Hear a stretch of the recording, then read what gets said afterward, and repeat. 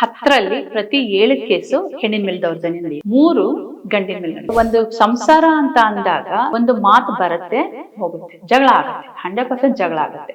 ಏನ್ ಮಾಡ್ತಾರೆ, ಇಷ್ಟೊಂದು ದುಡ್ಡು ಇಟ್ಕೊಂಡು ಇನ್ಸ್ಟಂಟ್ ಆಗಿ ದುಡ್ಡು ಸಿಗೋದಾಗ್ಲಿ, ಇನ್ಸ್ಟಂಟ್ ಆಗಿ ಖುಷಿ ಸಿಗೋದಾಗ್ಲಿ, ಇನ್ಸ್ಟಂಟ್ ಆಗಿ ತೃಪ್ತಿ ಸಿಗೋದಿಕ್ಕೆ ಜನ ಹೋಗ್ತಾ ಇರೋದ್ರಿಂದ ಆ ವಿಚ್ಛೇದನೂ ಅಷ್ಟೇ, ವಿಚ್ಛೇದನದಿಂದ ದುಡ್ಡು ಬರೋದು ಅಷ್ಟೇ, ಇನ್ಸ್ಟಂಟ್ ಆಗಿ ಬರೋದು ದುಡ್ಡು. ಗಂಡನ ಹೇಟ್ ಮಾಡು, ಗಂಡಿಂದ ತಗೋ, ಈ ತರ ಬೆಳೆಸಿದ್ರೆ ಹೆಣ್ಣು ಏನಾಗ್ತಾಳೆ, ಮಹಾಮಾರಿ ಆಗೋದಕ್ಕೆ ಕಾರಣ ಇರುತ್ತೆ, ಚಾನ್ಸಸ್ ಇರುತ್ತೆ. ಹಿಂದೆ ಎಷ್ಟೋ ಎಕ್ಸಾಂಪಲ್ಸ್ ಇದೆ. ತಪ್ಪು ಮಾಡಿರುವಂತಹ ಗಂಡನ್ನ ಕ್ಷಮಿಸಿ ಒಪ್ಕೊಂಡಿರೋ ಹೆಂಡತಿ, ತಪ್ಪು ಮಾಡಿರೋ ಹೆಂಡತಿನ ಯಾವುದೇ ರೀತಿ ತಪ್ಪಾಗಿರ್ಬೋದು, ಎಂತ ತಪ್ಪು ಮಾಡಿದ್ರು ಒಪ್ಕೊಂಡಿರೋ ಗಂಡನ್ನ ನೋಡ್ಬೋದು. ಈಗ್ಲೂ ಹೆಂಡತಿ ಮೇಲೆ, ಹೆಣ್ಣಿನ ಮೇಲೆ ದೌರ್ಜನ್ಯ ನಡೀತಾ ಇದೆ ಆಯ್ತಾ. ನನಗ್ ಬರೋ ಕೇಸಲ್ಲಿ 10ರಲ್ಲಿ ಪ್ರತಿ 7 ಕೇಸು ಹೆಣ್ಣಿನ ಮೇಲೆ ದೌರ್ಜನ್ಯ ನಡೆಯುತ್ತೆ, 3 ಗಂಡಿನ ಮೇಲೆ ನಡೆಯುತ್ತೆ ಆಯ್ತಾ, 3 ನಡೆಯುತ್ತೆ.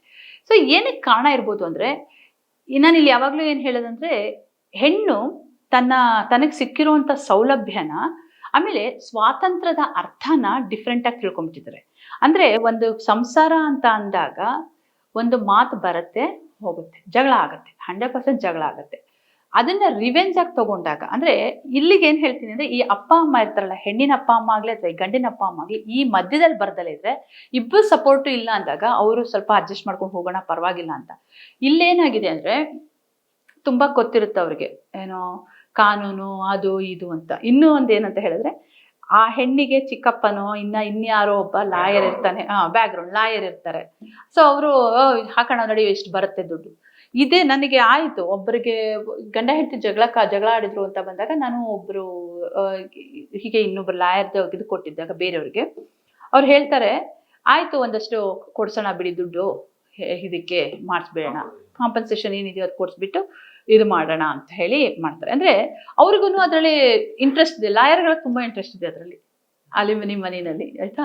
ಹಂಗಾಗಿ ನಾವಿಲ್ಲಿ ಏನ್ ಹೇಳ್ತಾ ಇದೀವಿ ಅಂತ ಹೇಳಿದ್ರೆ, ಇಡೀ ಪ್ರಪಂಚನೇ ಈ ಒಂದು ಇದು ಮಾಡ್ಬೇಕು, ಈ ಕಾನೂನಿನ ದುರ್ಬಳಕೆ ಮಾಡ್ಬೇಕು ಅಂತ ಕೂತಂಗಿರುತ್ತೆ. ಅದರಲ್ಲಿ ಹೆಣ್ಣುನು ಒಂದು ಕಾಯಿನ್ ಆಗಿರ್ತಾಳೆ, ಅದನ್ನ ಅವ್ರ ಅಪ್ಪ ಅಮ್ಮ ಹೆಣ್ಣ ಕಾಯಿನ್ ಆಗಿ ಯೂಸ್ ಮಾಡ್ತಾರೆ.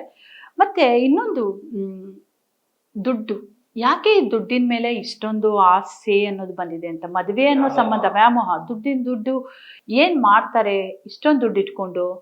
ಕೆಲವ್ರು ಹೇಳ್ತಾರೆ, ನನಗೆ ನಮ್ಮ ಹತ್ರ ಬಂದಾಗ ಅವ್ರು ಹೇಳ್ತಾರೆ, ನಾನು ಮೊದ್ಲು ತುಂಬಾ ಚೆನ್ನಾಗಿದ್ದೆ ಅವ್ರ ಇದ್ರಲ್ಲಿ, ಇವಾಗ ನಾನು ಹಂಗೆ ಬದುಕಬೇಕು, ನಾನು ಕೆಲ್ಸಕ್ಕೆ ಹೋದ್ರೆ ನಾನು ಅಷ್ಟು ಸಂಪಾದನೆ ಆಗ್ತೀನಲ್ವೋ, ಆ ಲೈಫ್ ನಂಗೆ ಲೀಡ್ ಮಾಡೋಕ್ಕಾಗ್ತೀನಲ್ವೋ, ನಾನು ಅದಕ್ಕೋಸ್ಕರ ನಾನು ಅಷ್ಟಕ್ಕೆ ಅಪ್ಲೈ ಮಾಡಿದೆ, ನಂಗೆ ಸಿಕ್ತು ಅಂತ. ಸೊ ಎಲ್ಲಿ ಕಂಫರ್ಟ್, ಈಸಿ ಹಣ, ಇದ್ರ ಮೇಲೆ ಅದೇ ಹೇಳ್ತೀನಲ್ಲ, ಎಲ್ಲೋ ಒಂದು ಕಡೆ ದಯೆ, ಕರುಣೆ, ಮೆಚ್ಚುಗೆ, ಆಮೇಲೆ ಒಂದು ಪಾಸಿಟಿವಿಟಿ, ಇವೆಲ್ಲ ನಾವು ಆಮೇಲೆ ಜನಗಳು ಕಳ್ಕೊಳ್ತಾ ಬರ್ತಾ ಇದ್ದಾರೆ.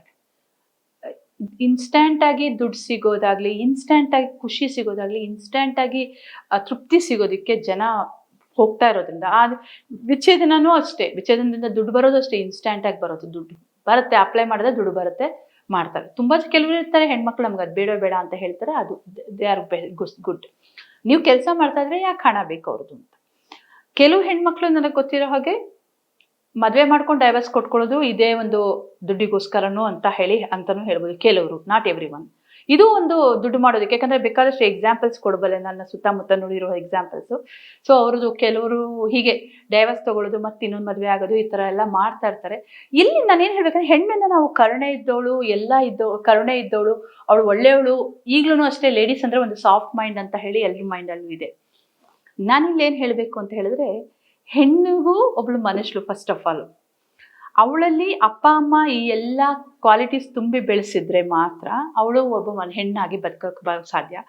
ಎಲ್ಲಿ ಅಪ್ಪ ಅಮ್ಮ ಅದೇ ಎಸ್ಪೆಷಲಿ ಅಮ್ಮಂದ್ರು ಅಂತ ತಗೊಳ್ತೀನಿ, ನೀನು ಗಂಡನ ಹೇಟ್ ಮಾಡು, ಗಂಡಿಂದ ತಗೋ, ಈ ತರ ಬೆಳೆಸಿದ್ರೆ ಹೆಣ್ಣು ಏನಾಗ್ತಾಳೆ, ಮಹಾಮಾರಿ ಆಗೋದಕ್ಕೆ ಕಾರಣ ಇರುತ್ತೆ, ಚಾನ್ಸಸ್ ಇರುತ್ತೆ.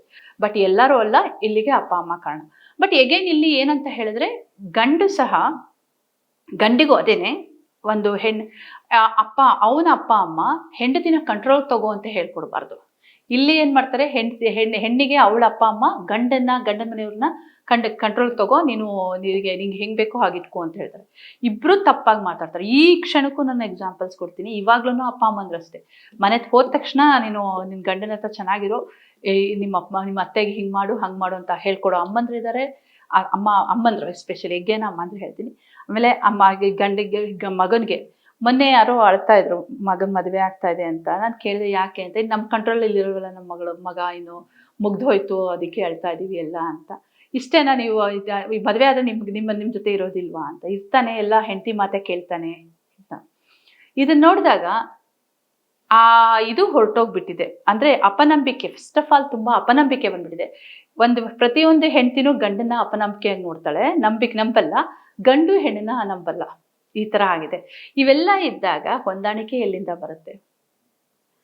ಹಿಂದೆ ಎಷ್ಟೋ ಎಕ್ಸಾಂಪಲ್ಸ್ ಇದೆ. ತಪ್ಪು ಮಾಡಿರುವಂತಹ ಗಂಡನ್ನ ಕ್ಷಮಿಸಿ ಒಪ್ಕೊಂಡಿರೋ ಹೆಂಡತಿ, ತಪ್ಪು ಮಾಡಿರೋ ಹೆಂಡತಿನ, ಯಾವುದೇ ರೀತಿ ತಪ್ಪಾಗಿರ್ಬೋದು, ಎಂಥ ತಪ್ಪು ಮಾಡಿದ್ರು ಒಪ್ಕೊಂಡಿರೋ ಗಂಡನ್ನ ನೋಡ್ಬೋದು. ಬಟ್ ಇವಾಗಲೂ ಇದ್ದಾರೆ ಒಂದಷ್ಟು ಜನ, ನಾನು ನೋಡಿದ್ದೀನಿ. ಅದನ್ನ ನಾವು ಕೌನ್ಸಿಲಿಂಗ್ ಮಾಡಿ. ಬಟ್ ಒಪ್ಪಿಕೊಳ್ಳುವಂಥದ್ದು ಇಷ್ಟೇ, ಅವ್ರಿಗೆ ಅದೊಂದೇ ರೀಸನ್ ಸಾಕು. ಏನೋ ಒಂದು ಸಣ್ಣ ತಪ್ಪು ಮಾಡಿದಳ, ಬೇಡ ನಮಗೆ, ನಾವು ಡೈವರ್ಸ್. ನಿನ್ನೆ ಮೊನ್ನೆ ಒಂದು ಬೇರೆ ಊರಿಂದ, ಮುಂಬೈಯಿಂದ ಒಂದು ಕಾಲ್ ಬಂದಿತ್ತು. ಅವಳಿಗೆ ಸ್ವಲ್ಪ ಕೌನ್ಸಿಲಿಂಗ್ ಅಗತ್ಯ ಇದೆ ತುಂಬಾ ದಿನದಿಂದ. ಯಾಕಂದ್ರೆ ಗಂಡ ಮಗ ಯಾರು ಕೇರ್ ಮಾಡ್ತಿಲ್ಲ. ಅವಳು ಗಂಡ ಹತ್ರ ಡಿಮ್ಯಾಂಡ್ ಮಾಡಿದ್ದಾಳೆ, ನನಗೆ ಕೇರ್ ಮಾಡ್ತಿಲ್ಲ ನೀನು, ನನಗೆ ನೋಡ್ಕೊಳ್ತಾ ಇಲ್ಲ ಸರಿಯಾಗಿ ಸರ್, ನಾನು ಹೀಗೆ ಇರೋದು, ಬೇಕಾದ್ರೆ ಇವಾಗ ಡೈವರ್ಸ್ ಕೊಡು, ಈಗಲೇ ಅಪ್ಲೈ ಮಾಡು. ಅದು ಅವಳಿಗೆ ಮಕ್ಳು ಇರೋದು ಆಲ್ರೆಡಿ 15-16 ವರ್ಷದ ಮಕ್ಕಳು. ಈಗ ಎಲ್ಲಿ ಹೋಗ್ತಾಳೆ ಅವಳು? ಸೊ ಈ ರೀತಿ ಡೈವರ್ಸ್ ಅನ್ನೋದು ಎಲ್ಲಿ ಇದಾಗ್ತಾ ಇದೆ ಅಂದ್ರೆ, ಆಕ್ಚುಲಿ ಡೈವರ್ಸ್ ಕಾನ್ಸೆಪ್ಟ್ ಬಂದಿದ್ದೇನೆಂದ್ರೆ, ಯಾರಿಗೆ ಅಡ್ಜಸ್ಟ್ ಆಗ್ದಲೆ ಪರಸ್ಪರ ಜಗಳ ಇರೋರಿಗೆ ಹೊರಗಡೆ ಬರ್ಲಿ ಅಂತ. ಬಟ್ ಇವಾಗ ಡೈವರ್ಸ್ ಅನ್ನೋದು ಏನಂತ ಹೇಳಿದ್ರೆ, ಯಾರು ಸ್ಟ್ರಾಂಗ್ ಆಗಿರ್ತಾನೋ ಅವನು, ಅಥವಾ ಯಾರು ಸ್ಟ್ರಾಂಗ್ ಆಗಿರ್ತಾಳೋ ಅವಳು ಇನ್ನೊಬ್ಬರ ಮೇಲೆ ಅದನ್ನ ಪ್ರಯೋಗಿಸೋಕಂತ ಒಂದು ಅಸ್ತ್ರ ಆಗ್ಬಿಟ್ಟಿದೆ. ಫ್ಯಾಷನ್ ಆಗಿದೆ. ಮೊನ್ನೆ ನೋಡಿದ್ರಲ್ಲ, ಯಾವ್ದೋ ಡೈವರ್ಸ್ ಅಂತ ಹೇಳಿ ಏನೋ ಒಂದು ಫೋಟೋ ಶೂಟ್ ಎಲ್ಲ ಮಾಡ್ಕೊಂಡಿದ್ರು, ಅದು ನೋಡಿದೆ. ಹೌದು.